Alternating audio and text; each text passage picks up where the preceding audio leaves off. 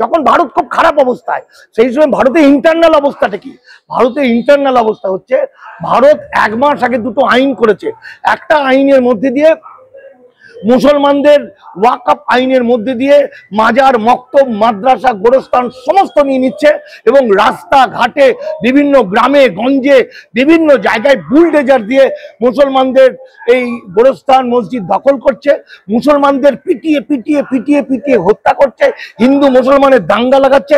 অন্যদিকে আর একটা আইনে 1 মাস আগে হয়েছে, যেটা হচ্ছে অবৈধ ইমিগ্রেশন অ্যান্ড ফরেনার্স অ্যাক্ট, যে আইনে বলছে দেশভাগে বলি হয়ে যারা এসছিল, অর্থাৎ 1952 সালের 14ই আগস্ট ভারতবর্ষের পাসপোর্ট অ্যাক্ট ফরেন অ্যাক্ট চালু হওয়ার পরে যারা পাসপোর্ট ভিসা নিয়ে আসেনি, ভারতে এসে নাগরিকত্ব ছাড়া পাসপোর্ট ভিসা তৈরি করে নিয়েছে, তাদেরকে কৃতদাস বানানো হয়েছে। তাদেরকে 10 লক্ষ টাকা ফাইন, 7 বছর পর্যন্ত জেল, তারপর তাদের পুশব্যাক। এখন এই আইন, 2টো আইন ইমপ্লিমেন্ট হচ্ছে। একটা আগেই বললাম মুসলমানদের জন্য, যে কারণে এই ভয়াবহ ভারতবর্ষের সময় যখন বিদেশি শক্তি ভারতবর্ষকে আক্রমণ করছে, সেই সময় ভারতবর্ষের মুসলমানদের উপর আক্রমণ শুরু হয়ে গেছে। 1, 2 হচ্ছে আজকে যেটা আমি মারাত্মক বিষয়, এই যে উদ্বাস্তু ভাইদের যারা দেশভাগের পরে এসছে, আমি এই মানুষগুলোর নাম বলছি, যেমন কারা, যেমন শীর্ষেন্দু মুখোপাধ্যায়, যেমন নচিকেতা চক্রবর্তী, যেমন মিঠুন চক্রবর্তী, যেমন সুজন চক্রবর্তী, যেমন অধীর চৌধুরী, এই রেঞ্জের মানুষগুলো যারা এক সময় ভারতবর্ষে দেশভাগের পরে এসেছিল, তাদের জন্য যে ভয়ানক আইন হয়েছে, সেই আইনের ইমপ্লিমেন্ট শুরু হয়ে গেছে।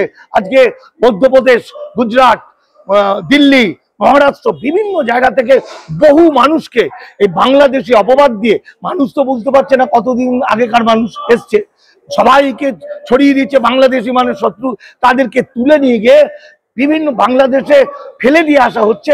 সুপ্রিম কোর্ট এর জন্য দায়ী, সুপ্রিম কোর্ট, কারণ সুপ্রিম কোর্ট বলেছিল যে বাংলাদেশের ঠিকানা না থেকে ফেলে দিয়ে চলে আসুন। গত পরশু দিনের যে মারাত্মক ঘটনাটা ঘটেছে, যা কল্পনা করা যায় না, সেটা গুজরাট থেকে 210 জন, ভারত সরকার, ভারতের বিএসএফ 210 জনকে তুলে নিয়ে গিয়ে বাংলাদেশের বর্ডারে ছেড়ে দিয়ে এসছে। এমনকি 78 জনকে দিয়েছে সুন্দরবনের বাঘের জঙ্গলে, যেখানে বাঘ থাকে। মানে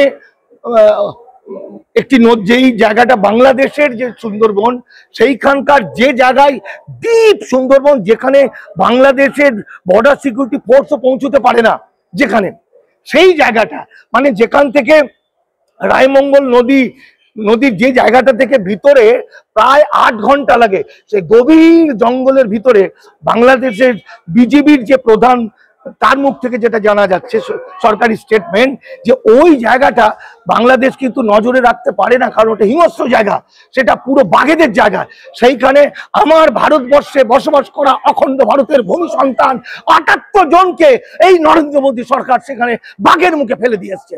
এবং মারাত্মক বিষয় হচ্ছে, তাদের ওখানে সমুদ্র, পাশে সমুদ্রের জল খাওয়া যায় না, অর্থাৎ তাদের বুক ফেটে যাচ্ছে, তৃষ্ণার জল নেই, তাদের খাদ্য নেই, বাঘের মুখে। এখন নরেন্দ্র মোদী, অমিত শাহ এটাই হিন্দুত্ববাদ, তাদের ইচ্ছা ছিল যে এদেরকে যেন বাঘে খেয়ে নেয়।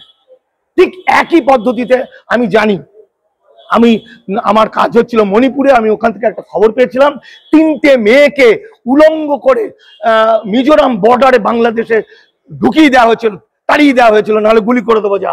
এটা আমি শুনেছিলাম, বিশ্বাস করিনি, কিন্তু এখন দেখলাম এই 210 জনের মধ্যে 78 জনকে এমন জায়গায় ফেলেছে যেখান থেকে কেউ জীবনে আর ফিরে আসতে পারবে না।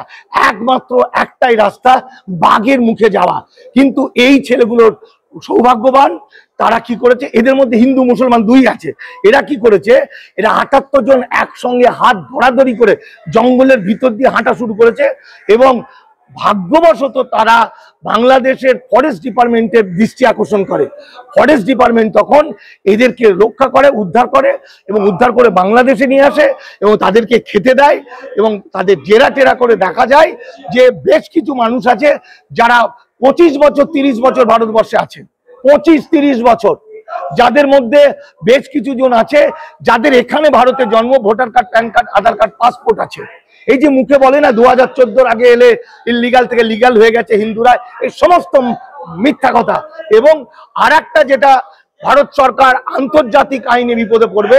সেখানে আমরা বারবার বলেছি, ভারতের আইনে আইনগতভাবে বাংলাদেশিরা অবৈধ হলেও রোহিঙ্গারা কিন্তু আন্তর্জাতিক আইনের শরণার্থী। 5 জনকে পাওয়া গেছে। কয়েকটি রোহিঙ্গা এই টিমের মধ্যে ছিল 210-এর মধ্যে, তাদেরকে আবার রোহিঙ্গা ক্যাম্পে পাঠিয়ে দিয়েছে। কিন্তু 5 জন রোহিঙ্গা ছিল যেটা ভারতের শরণার্থী।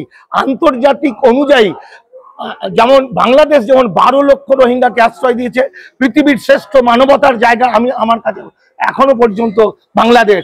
যেমন বাংলাদেশ 12 লক্ষকে আশ্রয় দিয়েছে, ভারতও কয়েক হাজারকে আশ্রয় দিয়েছিল। ভারত যাদের আশ্রয় দিয়েছে তাদের কিন্তু কার্ড দিয়েছে, সেই কার্ড আমার কাছে আছে। সেই কার্ডে লেখা আছে যে ইউএনআই এর কার্ড, লাস্টে ইন্ডিয়া, অর্থাৎ ভারতের শরণার্থী। তাহলে শরণার্থী মানে শরণ নিয়েছে, সে আমার ভারতবর্ষের অতিথি। নরেন্দ্র মোদীর 14 গোষ্ঠীর ক্ষমতা নেই আমার ভারতবর্ষের অতিথিকে তাকে বাঘের মুখে ফেলে আসবে। এই অন্যায়, এই অবিচার আমরা ভারতবাসী মানি না। এটা হলো হিন্দুত্ববাদের একটা চরম একটা কুৎসিত ব্যবস্থা। এটাই হচ্ছে ভারতবর্ষের হিন্দুত্ববাদ, এটাই হচ্ছে মনুবাদ, এটাই হচ্ছে ভারতবর্ষের দাস ব্যবস্থা, যেখানে ভারতের একজন মা, একজন কন্যা, একজন মুসলমান কন্যা তার প্রাণ উজাড় করে দিয়েছে। যেভাবে মুসলমানরা চিরকাল ভারতকে রক্ষা করেছে, পাকিস্তানের বিরুদ্ধে যুদ্ধ করে প্রাণ নিয়ে সেখানে গিয়ে মিশন সাকসেস করে ভারতে ফিরে এসছে। আর আজকে সেই মুসলমান সমাজের মানুষদের এইভাবে হত্যা করছে, এইভাবে উদ্বাস্তু হিন্দুদেরকে, উদ্বাস্তু মানুষদেরকে বাঘের মুখে খাইয়ে দিয়েছে। জানি না কত মানুষকে বাঘের মুখে খাইয়েছে, জানি না কতজনকে পাহাড় থেকে ফেলে দিয়েছে, কতজনকে কুমিরকে দিয়ে খাইয়ে দিয়েছে। জানি না কোন ভারতবর্ষে আমরা বাস করছি।